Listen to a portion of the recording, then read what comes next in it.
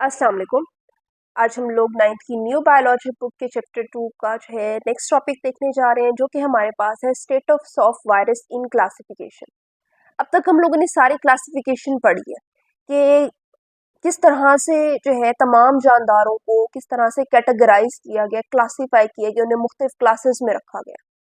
ठीक है, जिसमें हम लोगों ने फंजाई भी पढ़ा, एनिमल्स के बारे में पढ़ा, प्रोटिस्ट के बारे में पढ़ा, इन सारे जो है लिविंग ऑर्गेनिज्म के बारे में पढ़ा। लेकिन हम लोगों ने वायरस की क्लासिफिकेशन नहीं देखी कि वायरस को किस ग्रुप में क्लासिफाई किया गया। तो आज हम status of virus in classification मतलब क्लासिफिकेशन में देखेंगे कि वायरस कहाँ पे एग्जिस्ट करता है, इसको कहाँ पे जो है रखा गया है। सबसे पहले वो बात करते हैं कि viruses are ultra microscopic creature. Ultra microscopic मतलब बहुत ही छोटी मखलूक है, क्रिएचर मखलूक को कहते हैं, that are at border line of living and non living thing. अब एक बॉर्डर लाइन होती है जिसमें हमारे पास जो है हम कहते हैं कि इस बॉर्डर लाइन के इधर से लिविंग ऑर्गेनिज्म है और इसके इधर से नॉन लिविंग ऑर्गेनिज्म है। तो वो कहते हैं कि जब वायरस होता है ये लिविंग और नॉन लिविंग ऑर्गेनिज्म के बिल्कुल जो बॉर्डर लाइन होता है उस पर मौजूद होती है। मतलब हम इसको लिविंग भी नहीं कह सकते और हम इसको नॉन लिविंग भी नहीं कह सकते, ये उनके दरमियान की कोई क्रिएचर है। They are acellular. अब ए का मतलब होता है नॉट, ठीक है। तो सेलुलर मतलब सेलुलर नहीं है, इनके अंदर कोई सेल्स नहीं है। They are not made up of cell, ये सेल से नहीं बने हुए होते। And do not have organelles. अब क्योंकि जाहिर सी बात है ये सेल से नहीं बने हुए, तो इनके अंदर सेल्स के अंदर जो मौजूद ऑर्गेनेलीज होती हैं वो भी नहीं होंगे। अब virus consist of nucleic acid. अब जो वायरस होता है उसमें क्या होता है कि उसके अंदर एक न्यूक्लिक एसिड होता है, वो डीएनए भी हो सकता है, वो आरएनए भी हो सकता है, डीऑक्सीराइबोज न्यूक्लिक एसिड भी हो सकता है और राइबोज न्यूक्लिक एसिड भी हो सकता है। Surrounded by a protein coat. अब ये क्या चीज है कि एक प्रोटीन का कोट है, उसके अंदर डीएनए या आरएनए जो कि न्यूक्लिक एसिड है वो मौजूद होता है। वायरस का अगर हम स्ट्रक्चर की बात करें तो ये एक ऐसा स्ट्रक्चर है जो कि जिसके आउटसाइड पे प्रोटीन का कोट है और अंदर जो है डीएनए या आरएनए मौजूद है। They can not run metabolism. अच्छा, ये मेटाबोलाइज नहीं कर सकते। अब जाहिर सी बात है मेटाबॉलिज्म के लिए डिफरेंट ऑर्गेनेलीज का होना जरूरी है, एक बॉडी का होना जरूरी है, जो कि इनके अंदर नहीं है। तो इनके अंदर किसी भी किस्म का मेटाबॉलिज्म भी नहीं होता। For the synthesis of their protein and to increase in number, viruses become parasite in organism. लेकिन ये ग्रो मतलब ये अपना नंबर भी बढ़ाते हैं और ये अपनी सिंथेसिस भी करते हैं प्रोटीन की, तो वो फिर कहाँ से होती है अगर इनके अंदर कोई ऑर्गेनेली ही नहीं मौजूद। तो इस काम के लिए क्या करते हैं कि वायरसेस जो होते हैं ये पैरासाइट बन जाते हैं ऑर्गेनिज्म, लिविंग ऑर्गेनिज्म के अंदर। पैरासाइट हमारे पास ऐसे हमारे पास लिविंग ऑर्गेनिज्म होते हैं जो कि किसी जानदार के ऊपर जाके उसके ऊपर जो है डिपेंड भी करते हैं, उससे खुराक भी हासिल करते हैं, उससे फायदे भी हासिल करते हैं और नतीजे में उसको नुकसान भी पहुंचाते हैं। तो अब ये क्या करते हैं, ये पैरासाइट बन जाते हैं प्लांट्स पर, एनिमल्स पर एंड बैक्टीरियाज पर।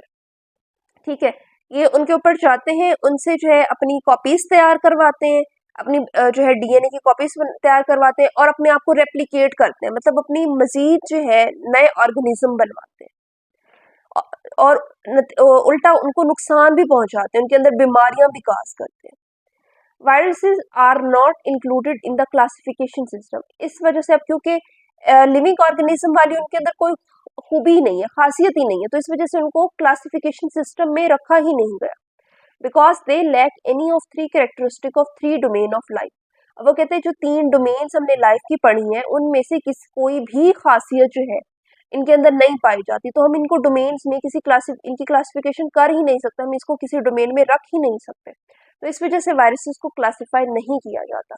अब हम लोगों ने क्या देखा, हम लोगों ने ये देखा है कि वायरस असल में क्या चीज है, हमारे पास एक प्रोटीन का कोट है और उसके अंदर डीएनए मौजूद है। ठीक है, और वो क्या करता है, वो लिविंग ऑर्गेनिज्म में जाता है, उनके उनके लिविंग ऑर्गेनिज्म के सेल में जो डीएनए होता है, फॉर एग्जांपल ये सेल है जो इनके अंदर डीएनए है, ये अपना डीएनए वायरस जो होता है अपना डीएनए इसके अंदर इम्प्लांट कर लेता है, उसके साथ जोड़ लेता है। फिर जैसे जैसे ये सेल जो है फॉर एग्जांपल कोई प्लांट का सेल है, ये रेप्लिकेट कर रहा है, ये दो सेल में बन रहा है, तो समझ लें कि इसी तरह जो वायरस है, वायरस का डीएनए भी दो में कन्वर्ट हो गया, फिर दो से चार, चार से छह, इस तरह से जैसे जैसे कोई लिविंग ऑर्गेनिज्म अपने सेल की कॉपियां तैयार करेगा, साथ साथ इसके सेल की भी कॉपियां तैयार होती जाएंगी। सेल तो हम इसको नहीं करेंगे, मतलब इस क्रिएचर की जो है वायरस की जो है वो कॉपीज तैयार होती चली जाएंगी और इस तरह से ये तादाद में बढ़ता चला जाता है। तो इस तरह से जो है अपनी कॉपीज तैयार करता है। तो ये हमारे पास अब क्योंकि इसकी कोई भी कैरेक्टरिस्टिक्स किसी भी जो है डोमेन के साथ, लाइफ ऑफ डोमेन के साथ मैच नहीं करती, तो इसे किसी भी क्लासिफिकेशन में नहीं रखा गया, किसी भी ग्रुप में नहीं इसको रखा गया। अब यहाँ पे बात करते हैं कि prions and viroids are also acellular particle. अब ये भी एसेलुलर पार्टिकल्स ही है and are also not include in classification system, और इनको भी क्लासिफिकेशन सिस्टम में नहीं रखा गया। Prions are composed of protein only. Prions जो होती हैं सिर्फ प्रोटीन से बनी हुई होती है। And viroids are composed of circular RNA only. और जो वायरॉइड्स होती हैं इनमें सिर्फ आरएनए मौजूद होता है। Both this particle cause infectious disease in certain plants. वो कहते हैं ये दोनों ही, चाहे प्रायोन्स हैं चाहे वायरॉइड्स हैं, ये प्लांट्स के अंदर मुख्तलिफ बीमारियों की वजह बनते हैं। They are also cause of cancer, और तो और ये कैंसर की भी वजह बनते हैं। तो ये भी हमारे पास जो है वायरस की ही टाइप हो गई। अब यहाँ पर हमारे पास दो पिक्चर्स दी हुई है। वो कहते हैं कि two common virus left a bacteriophage, ये बैक्टीरियोफेज है, which virus which attack bacteria, ये जो कि बैक्टीरिया पर अटैक करता है। और सेकंड जो है राइट साइड पे हमारे पास इन्फ्लुएंजा वायरस है, ये हमारे जो मतलब ज्यादातर ह्यूमन बींग्स के अंदर जो है फ्लू कॉज करता है, नजला जुकाम की वजह बनता है। तो ये हमारे पास जो है कॉमन वायरसेस की शेप दी हुई है। नेक्स्ट हमारे पास जो है कोविड-19 के बारे में जो है इंफॉर्मेशन दी हुई है। यहाँ पे वो बात करते हैं कि corona virus is a virus. Corona virus जो है एक वायरस है identified in late 2019 in Wuhan, China. China के एक शहर वुहान 2019 में जो है इसको आइडेंटिफाई किया गया। It cause a pandemic of respiratory illness. अच्छा, अब ये क्या करते हैं कि जो ये रेस्पिरेटरी मतलब फेफड़ों की बीमारी की वजह बनता है, कॉल्ड कोविड-19, और इसको कोविड-19 का नाम दिया गया क्योंकि 2019 में जो है वो आइडेंटिफाई किया गया था।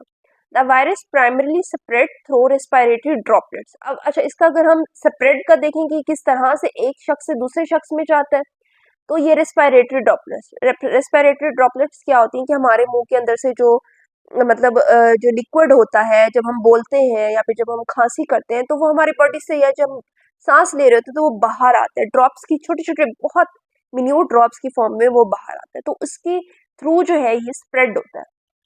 मैंने इन्फेक्टेड पर्सन कफ, जब वो कोई इन्फेक्टेड पर्सन जो होता है उसको खांसी होती है, स्नीज होती है, छींकें आती हैं, या वो बात करता है या वो सांस लेते हैं, तो छोटे छोटे ड्रॉपलेट्स जो होते हैं वो बाहर आते हैं और वो स्प्रेड करते हैं, और इस तरह से ये वायरस जो होता है वो फैल जाता है। It can also spread by touching surface contaminated with the virus. अब वो कहते हैं कि फॉर एग्जांपल कोई सी भी सरफेस पर ये वायरस मौजूद है, तो उस सरफेस पे अगर हम लोग टच कर लेते हैं तो ये वायरस जो है इस तरह भी से भी फैल सकता है।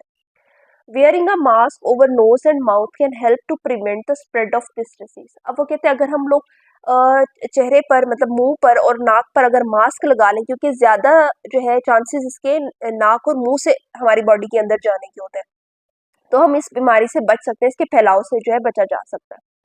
Common symptoms of this disease, अब वो कहते हैं अगर हम अलामात को कहते हैं, अगर इस बीमारी की अलामात देखें तो इसमें इंक्लूड फीवर, बुखार होता है, कफ खांसी होती है, शॉर्टनेस ऑफ ब्रीथ, सांस में तंगी होती है, फटीग थकावट हो जाती है, बॉडी एचिज होती है, लॉस ऑफ टेस्ट और स्मेल, सॉर थ्रॉट गले में खराश होती है, एंड हेडेक और सर में दर्द होता है। मतलब जो जुकाम की नॉर्मल सिम्टम्स होती हैं, बुखार होना, गले में दर्द होना, टेस्ट और स्मेल की जो सेंस है उसका थोड़ा सा खत्म हो जाना, ये सारी सिम्टम्स जो होती हैं कोविड-19 की सिम्टम्स है। इन सम केसेस, वो कहते हैं कुछ केसेस में it can lead to severe respiratory problem. ये सीवियर जो है रेस्पिरेटरी प्रॉब्लम्स भी काज करता है, स्पेशली खास तौर पर इन ओल्डर्स, बीमारों में, adults and people with underlying health condition. ऐसे लोग जिनमें जो रेस्पिरेटरी डिजीजेस ऑलरेडी मौजूद होती हैं, जो एस्थमा के पेशेंट्स होते हैं, उनमें ये ज्यादा जो है वो सिवियर हो जाती है। Washing hands frequently with soap for at least 20 second or use of hand sanitiser with at least 60% alcohol can also prevent the spread of disease. अब वो कहते हैं अगर अब इससे बचा कैसे जा सकता है, एक तो जो है वो फ्रिक्वेंटली थोड़ी हर थोड़ी देर बाद आप हाथों को धोएं एटलीस्ट 20 सेकंड के लिए, ठीक है, मतलब साबुन पे, ये नहीं कि जल्दी जल्दी गए और धो के वापस नहीं, 20 सेकंड के लिए आपने हाथों को धोना है और सैनिटाइज करना है, सैनिटाइजर से एटलीस्ट इसमें 60% अल्कोहल जो है वो मौजूद हो, तो ये हमें जो है उस बीमारी के फैलाव से बचा सकता है।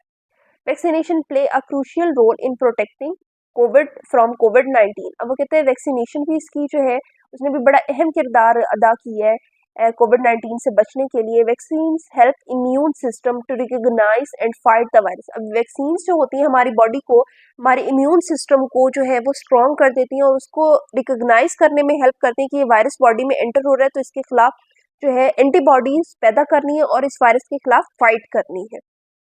Reducing the severity of disease, और इससे क्या होता है, वैक्सीन से अगर डिजीज हो भी जाती है तो वो उतनी सिवियर नहीं होती जितनी विदाउट वैक्सीनेशन जो है सिवियरिटी बढ़ सकती है। तो इस तरह से हम लोगों ने जो है ये वायरस को जो है कम्प्लीटली स्टडी किया है कि वायरस असल में है क्या चीज़। इसको किसी भी क्लास में नहीं रखा गया क्योंकि इसकी जो है ऐसे मतलब प्रॉपर्टीज जो हैं, क्लास करेक्टरिस्टिक्स जो हैं वो किसी भी डोमेन से मैच नहीं करती, और ये किस तरह से जो है अपनी कॉपीज तैयार करता है। और हम लोगों ने एक एग्जाम्पल को भी जो है वो डिटेल से स्टडी किया है कोरोना वायरस को, कि क्या इसकी सिम्टम्स हैं, इससे बचा कैसे जा सकता है, इसकी वैक्सीनेशन जो है किस तरह से हमारी हेल्प करती है। तो ये टॉपिक हमारे पास यहाँ तक कंप्लीट हो जाता है। अगर आपको मेरी वीडियो पसंद आए तो प्लीज़ इसको लाइक करें और मेरे चैनल को सब्सक्राइब करें। Thanks for watching my video.